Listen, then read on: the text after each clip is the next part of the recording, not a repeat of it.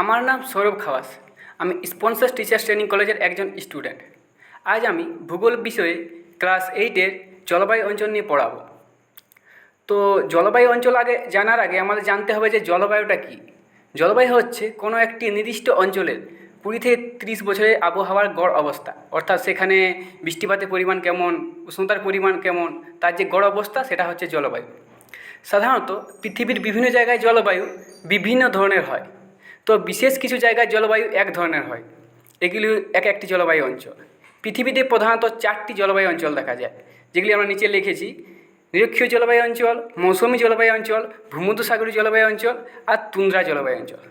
এরপর আমরা এগুলোকে এক এক করে আলোচনা করব 4টি জলবায়ু অঞ্চলেই। তো প্রথমেই আছে নিরক্ষীয় জলবায়ু অঞ্চল। এই নিরক্ষীয় জলবায়ু অঞ্চল আমার নাম শুনে একটা কথা আমাদের মনে আসে, সেটা হচ্ছে নিরক্ষরেখা। আমরা পৃথিবীর যে মধ্যভাগে যে রেখা সেটা হচ্ছে নিরক্ষরেখা, যার মান 0 ডিগ্রি অক্ষাংশ। আমরা নিরক্ষীয় জলবায়ু অঞ্চলটি নিরক্ষরেখার দুদিকে অর্থাৎ 5 ডিগ্রি থেকে 10 ডিগ্রি উত্তর ও দক্ষিণ অক্ষাংশে দেখা যায়। যেসব দেশে এই নিরক্ষীয় জলবায়ু অঞ্চল দেখা যায় সেগুলি হচ্ছে, এখানে আমরা ম্যাপও দেখতে পাচ্ছি, ব্লু কালারের দেওয়া আছে, সেগুলি হচ্ছে নিরক্ষীয় জলবায়ু অঞ্চল দেখা যায় সেসব দেশ। সাধারণত দক্ষিণ আমেরিকার বিভিন্ন কম্বোডিয়া, দক্ষিণ আমেরিকার বিভিন্ন দেশ, মধ্য আমেরিকার কোস্টারিকা, আবার আফ্রিকার বিশেষ কিছু দেশ ও ভারতের দক্ষিণ ভাগ এবং শ্রীলঙ্কা, মালয়েশিয়ার কিছু দেশে এবং অস্ট্রেলিয়ার উত্তর অংশে কিছু জায়গায় এই নিরক্ষীয় জলবায়ু অঞ্চলটি দেখা যায়। এবার আসছি নিরক্ষীয় জলবায়ু অঞ্চলের উষ্ণতা। নিরক্ষীয় অঞ্চলে যেহেতু সূর্য সবসময় লম্বভাবে কিরণ দেয়, তাই এখানে উষ্ণতার পরিমাণ প্রায় বেশিই থাকে। গড় উষ্ণতার পরিমাণ 27 ডিগ্রি সেলসিয়াস। আর এখানে কোনো শীতকাল থাকে না, যেহেতু সূর্য সবসময় লম্বভাবে কিরণ দেয়, তাই সবসময় গ্রীষ্মকালই বিরাজ করে। এরপর আসছে বৃষ্টিপাতের পরিমাণ। যেহেতু নিরক্ষীয় জলবায়ু অঞ্চলে সূর্য সবসময় লম্বভাবে কিরণ দেয়, তাই সেখানে বাষ্পীভবনের পরিমাণও বেশি। আর আমরা জানি বাষ্পীভবন বেশি হলে বৃষ্টিপাতের পরিমাণও বেশি হবে। তাই এখানে গড় বৃষ্টিপাতের পরিমাণ 200 থেকে 250 সেন্টিমিটার। এরপর আসছি স্বাভাবিক উদ্ভিদ। নিরক্ষীয় জলবায়ু অঞ্চলে যেহেতু বৃষ্টিপাত প্রতিদিন বিকেল 4টার সময় হয়, একে ফোর্থ ও ক্লক রেন বলা হয়, অর্থাৎ বৃষ্টিপাত প্রতিদিন হয়, তাই এখানে পাতা শুকোবার কোনো চান্স নেই। এখানে চিরহরিত অরণ্য দেখা যায়, অর্থাৎ এখানে গাছের পাতা কোনো দিন ঝরে না। এখানে প্রধান যেসব উদ্ভিদ দেখা যায় সেগুলি হলো রবার, রোজউড, আয়রনউড, শাল, সেগুন, বাঁশ প্রভৃতি, অর্থাৎ চিরসবুজ অরণ্য দেখা যায়। চিরহরিত বৃক্ষ এখানে দেখা যায়। এরপর আসছে বন্যপ্রাণী। নিরক্ষীয় অঞ্চলে যেহেতু বনের পরিমাণ অনেক বেশি, বৃষ্টিপাতের পরিমাণ অনেক বেশি, তাই এখানে বিভিন্ন প্রজাতির বন্যপ্রাণী দেখা যায়। বলতে গেলে পৃথিবীর সবথেকে বেশি পরিমাণ বন্যপ্রাণী এই নিরক্ষীয় জলবায়ু অঞ্চলে দেখা যায়। এর মধ্যে বিভিন্ন প্রাণীগুলি হচ্ছে, আমরা ছবিতেও দেখতে পাচ্ছি, বাঁদর, শিল্পাঞ্জি, গরিলা, সাপ, বাঘ, হরিণ প্রভৃতি এখানে বন্যপ্রাণী দেখা যায়। এরপরে আসছি খনিজ সম্পদ। নিরক্ষীয় জলবায়ু অঞ্চল খনিজ সম্পদে খুবই উন্নত। এখানে প্রধান প্রধান খনিজ সম্পদই হচ্ছে খনিজ তেল আর প্রাকৃতিক গ্যাস। এছাড়াও সোনার উপর প্রচুর পরিমাণে পাওয়া যায়। এরপরে আসছি আমরা মৌসুমী জলবায়ু অঞ্চল। তো মৌসুমী জলবায়ু অঞ্চল জানার আগে মৌসুমী কথার অর্থ জানতে হবে। মৌসুমীটা ল্যাটিন শব্দ মৌসিম থেকে এসছে, যার অর্থ হলো ঋতু। অর্থাৎ মৌসুমী জলবায়ু অঞ্চলে থেকে আমরা এই ঋতু থেকে জানতে পারছি যে মৌসুমী জলবায়ু অঞ্চলে ঋতু পরিবর্তন দেখা যায়। এরপরে জানা যাচ্ছে অবস্থানটা। মৌসুমী জলবায়ু অঞ্চল 10 ডিগ্রি থেকে 30 ডিগ্রি উত্তর ও দক্ষিণ অক্ষাংশে দেখা যায়। আর যেসব দেশে দেখা যায় সেগুলি হচ্ছে ভারত, প্রথমে ভারতের নাম করতে হবে, তারপর আসছে বাংলাদেশ, পাকিস্তান, শ্রীলঙ্কা, মাদাগাস্কার, আফ্রিকার দক্ষিণ ভাগে কিছু অংশ আছে, আর অস্ট্রেলিয়ার উত্তরে কিছু অংশ আছে। এগুলোতে সাধারণত মৌসুমী জলবায়ু অঞ্চল দেখা যায়। আমরা ম্যাপের মাধ্যমে কালো কালারের কালিতে এগুলো দেখতে পাচ্ছি, এটা হচ্ছে মৌসুমী জলবায়ু অঞ্চল। এবার আসছে উষ্ণতা। মৌসুমী জলবায়ু অঞ্চলে উষ্ণতার প্রসার অনেক বেশি। শীতকালে উষ্ণতা কম থাকে আর গ্রীষ্মকালে উষ্ণতা বেশি থাকে। সাধারণত শীতকালে গড় উষ্ণতা 25 ডিগ্রি সেলসিয়াস আর গ্রীষ্মকালে গড় উষ্ণতা 30 ডিগ্রি সেলসিয়াস হয়ে থাকে। স্বাভাবিক উদ্ভিদ। মৌসুমী জলবায়ু অঞ্চলে বিভিন্ন ধরনের স্বাভাবিক উদ্ভিদ দেখা যায়। এখানে চিরসবুজ অরণ্য দেখা যায় আর পাতা ঝরা অরণ্য। যেখানে বৃষ্টিপাতের পরিমাণ বেশি, মৌসুমী জলবায়ু অঞ্চলে যেসব জায়গায় বৃষ্টিপাতের পরিমাণ বেশি সেখানে চিরসবুজ অরণ্য দেখা যায়, যেমন মেহগনি, শিশু, গর্জন, শাল, সেগুন। আর যেসব জায়গায় বৃষ্টিপাতের পরিমাণ তুলনামূলকভাবে কম সেখানে পাতা ঝরা অরণ্য দেখা যায়, যেমন আম, জাম, কাঁঠাল, যেগুলো ভারতে দেখা যায় সেগুলো। এরপর আসছি বন্যপ্রাণী। মৌসুমী জলবায়ু অঞ্চলে প্রচুর পরিমাণে বন্যপ্রাণী আছে। আমরা ভারতে যেসব বন্যপ্রাণীগুলো দেখা যায় সেগুলোই মৌসুমী জলবায়ু অঞ্চলে দেখা যায়, যেমন আছে হাতি, যেমন হাতির ছবিও দেওয়া আছে, গন্ডার, হরিণ, শিয়াল, হাইনা প্রভৃতি বন্যপ্রাণী এখানে দেখা যায়। এরপর আসছে মৌসুমী জলবায়ু অঞ্চলে খনিজ সম্পদ। মৌসুমী জলবায়ু অঞ্চল অন্যান্য জলবায়ু অঞ্চল থেকে খনিজ সম্পদে খুবই উন্নত। বলতে গেলে সবথেকে বেশি খনিজ সম্পদ মৌসুমী জলবায়ু অঞ্চলে পাওয়া যায়।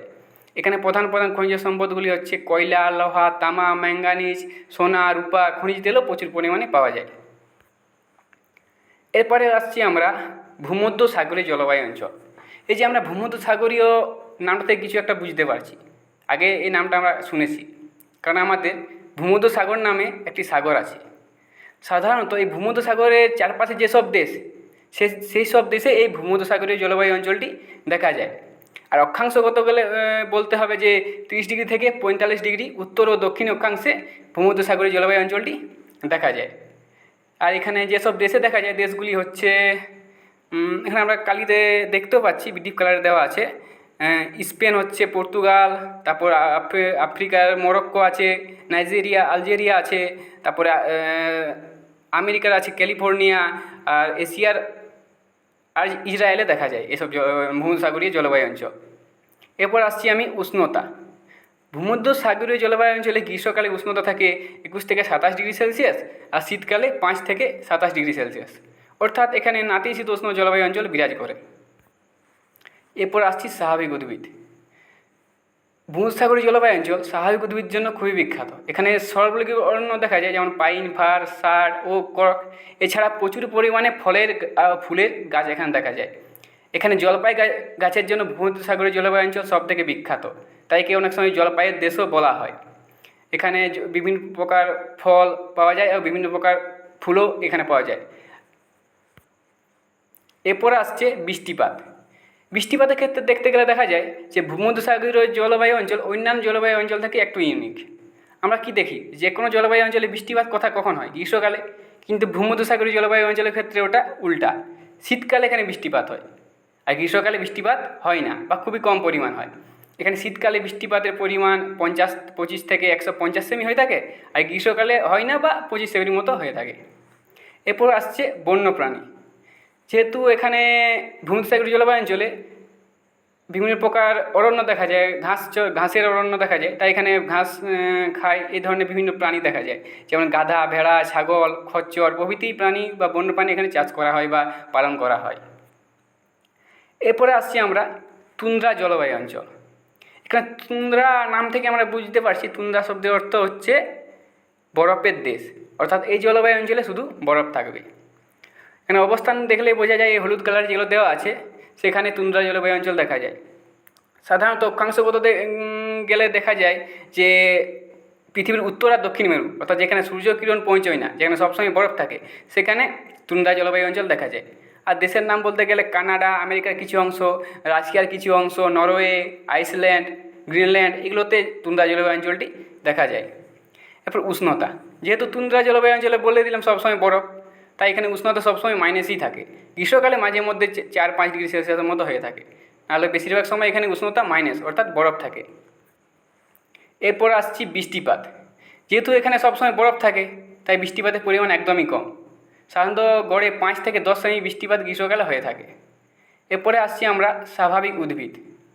যেহেতু এখানে বৃষ্টিপাত হয় না, তাই এখানে কাস্টল জাতীয় উদ্ভিদ খুবই কম জন্মায়।